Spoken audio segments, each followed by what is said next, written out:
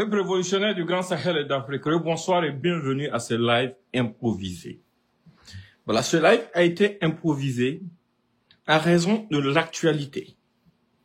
Si vous vous souvenez très bien, depuis un certain temps, je vous ai interpellé à plusieurs reprises. À plusieurs reprises, ici, je vous ai répété qu'il était très indispensable que nous maintenions la veille citoyenne. Parce que l'ennemi n'a pas désarmé.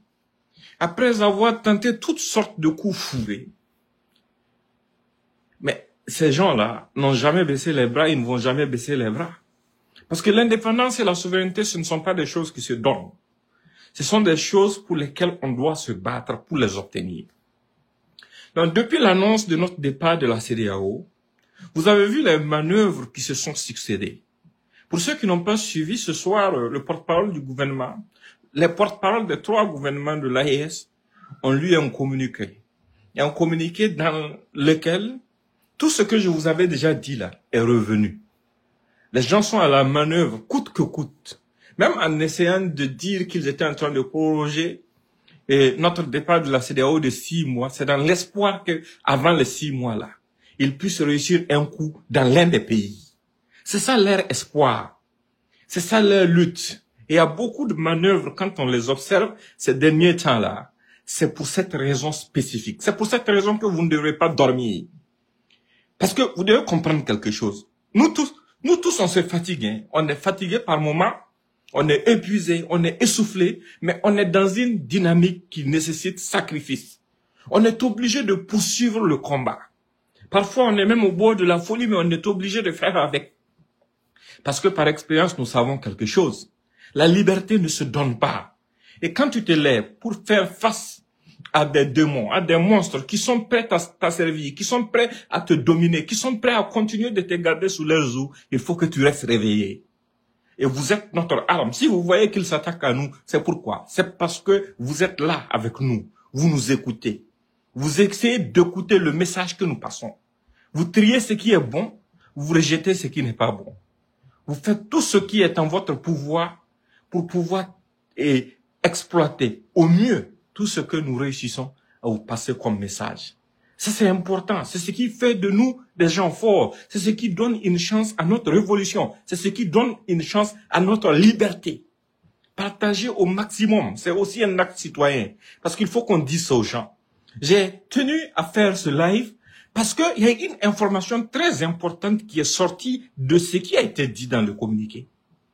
Désormais, nos chefs d'État au niveau de l'AES vont faire de nos théâtres d'opération un théâtre d'opération commun. Ça revient à dire, c'est comme si nous avons une armée commune. En plus du fait d'avoir mis les forces de défense et de sécurité en alerte dans l'ensemble de l'espace, le fait d'avoir posé cet acte-là, moi seulement là, ça me permettrait de trouver le sommeil ce soir. Parce que c'était ce que nous n'avons jamais compris. C'était ce que nous étions en train d'attendre depuis très longtemps. Parce que pour vraiment pouvoir avancer, pour sauvegarder les acquis de cette révolution, face à la junte française, comme ils l'ont si bien dit, il faut qu'on soit proactif. Il faut qu'on soit dynamique et qu'on ne mette pas l'erreur de ceux qui nous ont dévancés. Aujourd'hui, ça gêne. Les gens disent que nous sommes des États pauvres.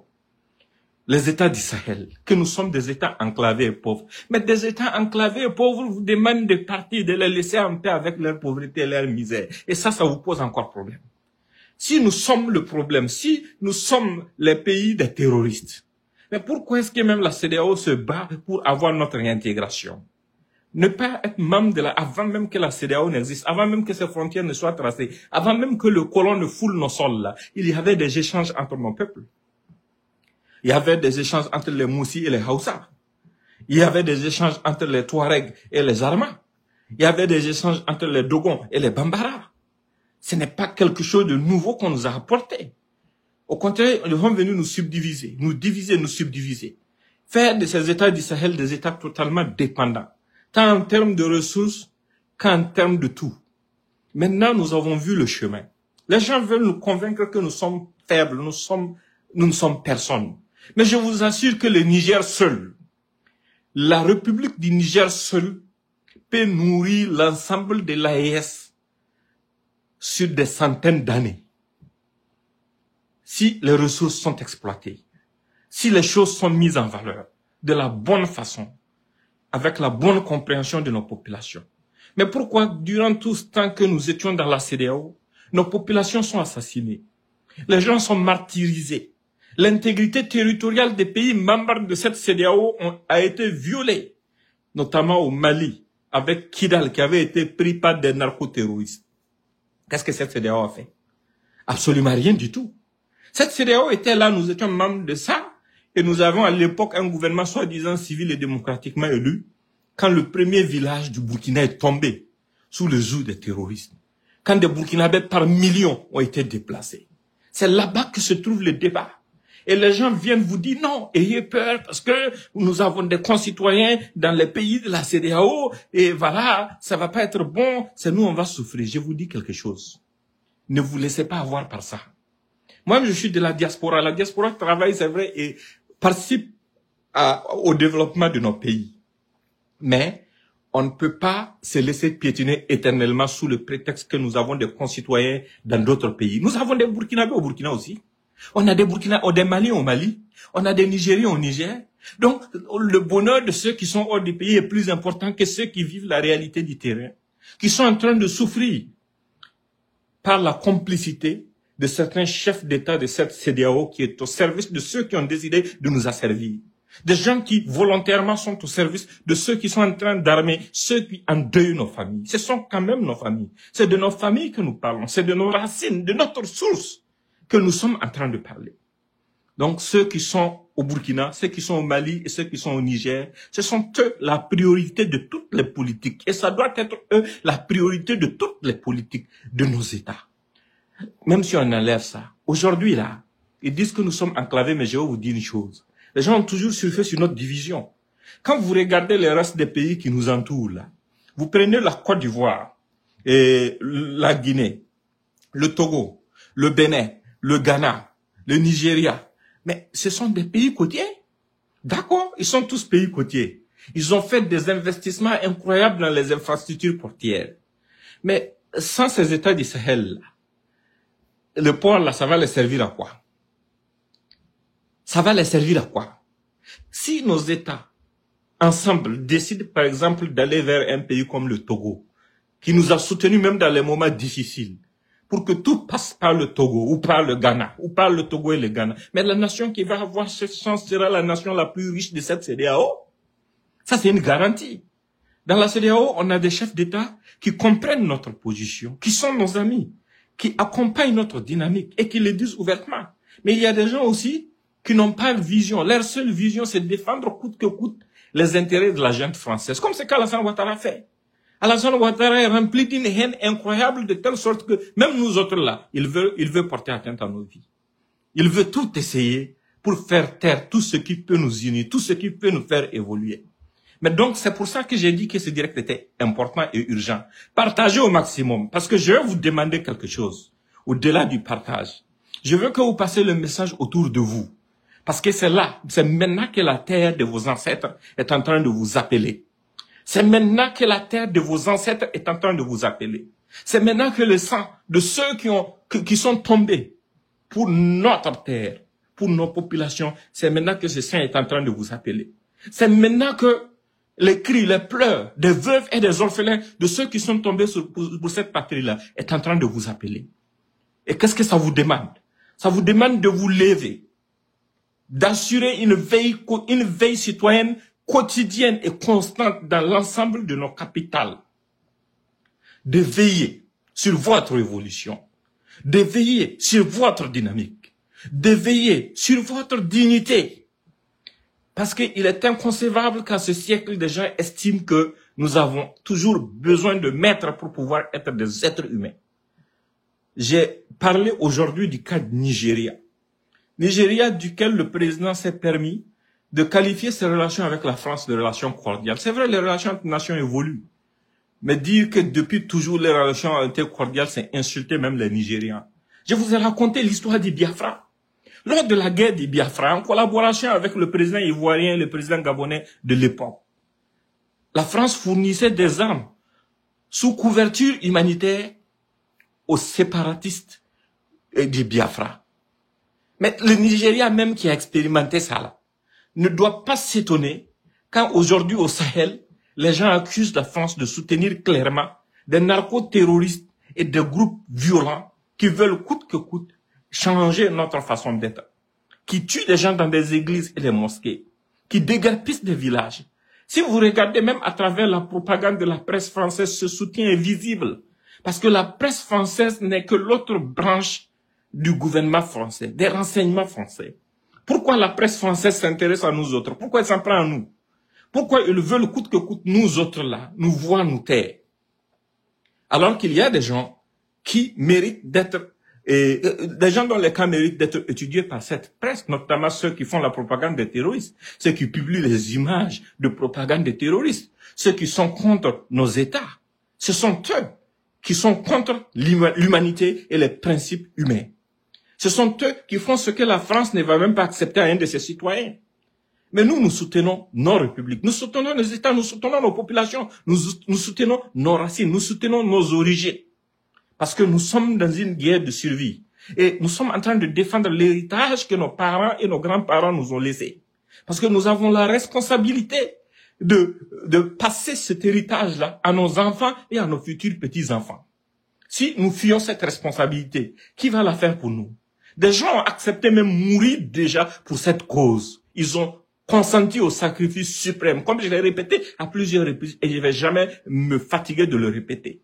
Des gens ont renoncé à leurs rêves, ils ont renoncé à leur famille, ils ont renoncé à tout, aller verser leur sang pour cette cause. Nous ne sommes pas ces traîtres qui allons les laisser tomber. Nous n'allons pas être ces traîtres qui allons trahir leur mémoire. Nous n'allons pas être ces traîtres qui allons abandonner ce combat. Aujourd'hui, nous sommes à la croisée des chemins et nous sommes dans l'obligation de prendre une décision, de faire un choix patriotique au-delà de nos visions et de nos perceptions personnelles. Parce qu'on peut ne pas s'entendre sur certaines choses, mais on doit pouvoir s'entendre sur quelque chose, sur le fait que l'enjeu actuellement, c'est notre patrie, c'est notre terre, c'est notre espace de vie qui est l'AES. Quand je dis notre patrie, je parle de l'ensemble des 3 pays, parce que ce sont les mêmes familles, ce sont les mêmes peuples. Même ces frontières inventées qui ont été instaurées de façon arbitraire par un colon narcissique qui était venu dans la peau d'un civilisateur pour nous exploiter là. Ces frontières même n'ont aucun sens. Et ces frontières n'ont jamais posé un problème pour nous, peuples. Donc je vous exhorte encore à passer le message au maximum et partout pour que les uns et les autres puissent comprendre que l'heure a sonné. La terre de vos ancêtres vous appelle. La terre de vos pères vous appelle. On doit faire face à notre destin. Quel que soit le prix à payer, on doit l'assumer. Parce que nous nous battons pour une cause juste. Nous nous battons contre l'obscurité, contre des gens qui ont fait le choix de compliquer la vie à nos populations. Nous nous battons pour avoir le droit, dans ce monde moderne, à avoir une voix. Nous nous battons pour que le monde entier, le reste de l'humanité, puisse nous considérer aussi comme des êtres humains, avec des droits élémentaires d'êtres humains. Nous ne sommes pas dans d'autres débats creux. Quand vous remarquez des gens qui tergiversent jour et nuit, qui essaient de vous désorienter, qui essaient de prendre les dégâts des terroristes pour vous présenter ça comme si c'était une faiblesse de nos armées. Alors que ça, c'est une honte. Aucun patriote ne le fera. Et ce sont ces mêmes personnes qui réunissent tout ce qui est consenti comme sacrifice par nos braves combattants. Mais ils ne développent absolument aucun argumentaire puisqu'ils n'ont aucune culture, ils n'ont aucune connaissance, ils n'ont aucun amour propre pour comprendre les enjeux, pour comprendre pourquoi le sacrifice en vaut la peine. Ils ne le savent pas. Puisque pour pouvoir avoir cette notion, il faut avoir certaines notions de base. Mais malheureusement, comme je vous l'ai dit, ceux qui ont aidé l'esclavagiste à nous esclavager, ceux qui ont aidé le colon à nous coloniser, ils ont aussi enfanté. De la même façon que vous, braves descendants de ceux qui ont résisté là. Vos aïeux aussi ont eu à enfanter. C'est de cette même façon que eux aussi, ils ont eu à enfanter. On doit s'assumer, on doit avancer. Et cette veille citoyenne-là, elle doit être à l'œuvre, 24 heures sur 24. Et vraiment encore, félicitations à nos chefs d'État pour cette claire vision. Pour cette claire vision. Parce que cette armée unique-là, c'est ça qui va nous sortir de tout. même si on purge un État, quelle que soit sa puissance, il ne pourra pas un jour rêver de rentrer en conflit avec une armée constituée des armées de ces trois nations-là. Même si on purge un comploteur, il ne peut pas envisager venir prendre des risques face à cette nouvelle armée-là. Même si on purge un mercenaire, il sait que l'AES, c'est le tombeau de tous les complots. La page, elle est tournée. Elle est définitivement tournée. Mais dites-vous que vous, peuple, nous avons notre rôle. Notre rôle, c'est la veille citoyenne. Occuper les réseaux sociaux. La communication est une arme. Si vous voyez que la France dépense des milliards de dollars malgré sa dette juste dans la communication, c'est pas pour nous donner de l'information. C'est pour modeler notre vision. C'est pour nous vendre quelque chose. C'est pour nous orienter. C'est pour ses propres intérêts. C'est parce que l'information est une arme que ces gens-là estiment que nous autres, on n'a pas le droit d'avoir une voix. Nous n'avons pas le droit d'avoir une voix. Parce que tant que ta voix ne les dérange pas, il n'y a pas de problème. On te regarde faire de loin. Mais dès que ta voix commence à devenir encombrante, dès que tu es écouté, dès qu'ils ont l'impression que tu es entendu, leur bataille va consister à faire quoi? Te faire taire. Notamment en passant par quoi? En passant par les réseaux sociaux souvent pour essayer de sanctionner ta page, d'essayer de créer toutes sortes de restrictions. Mais comme il n'y a pas un seul réseau social et comme notre dynamique elle est lancée partout là, ils savent il vaut mieux pour eux prospecter d'autres chemins. Mais nous aussi nous ne sommes pas bêtes. Nous avons déjà pris nos initiatives. Et nous allons continuer ensemble. Nous n'allons pas tout dévoiler, mais nous avons des roues-secours qui attendent. Et cette dynamique-là, aucun être humain ne pourra l'arrêter. Parce que c'est la dynamique du peuple. Ce peuple asservi, qui a soif de liberté. Et portez-vous bien encore une dernière fois. Et on se reprend demain. Encore une dernière fois, partagez au maximum pour que les uns et les autres puissent comprendre ce que nous attendons d'eux. De Niamey à Bamako, en passant par Ouagadougou. Réveillez-vous. Réveillons-nous. Parce que ceux qui vous flattent pour vous dire que non, il faut des élections et autres, ils vous disent jamais quelle garantie ils ont qu'une élection va nous ramener la paix. On ne fuit pas les élections. La France même consent à ce que l'Ukraine n'organise pas des élections. Pourquoi? Parce que ils sont en guerre. Et nous sommes en guerre. Nos populations ont été déguerpies par millions. Des gens qui sont censés être nos alliés, comme la France, qui bloquent même du matériel militaire que nous avons commandé. Depuis Sourok, Rock l'a dit à la télévision, qu'il bloque souvent les matériels que nous commandons. Mais à l'époque, il n'avait pas le prétexte pour dire que c'était un régime militaire, c'était un régime civil, soi-disant démocratiquement élu, avec une base française présente chez nous, mais des gens censés être des alliés qui bloquent le matériel qui est censé aider nos populations à s'en sortir. Ce sont eux qui vont venir vous enseigner la démocratie et vous dire d'organiser des élections. Des élections sur quoi? Par rapport à quoi? Aujourd'hui, c'est notre survie, notre priorité. C'est ça l'enjeu. C'est pour ça que nous nous battons. Et nous vaincrons. Portez-vous bien, encore une dernière fois, et bonne soirée.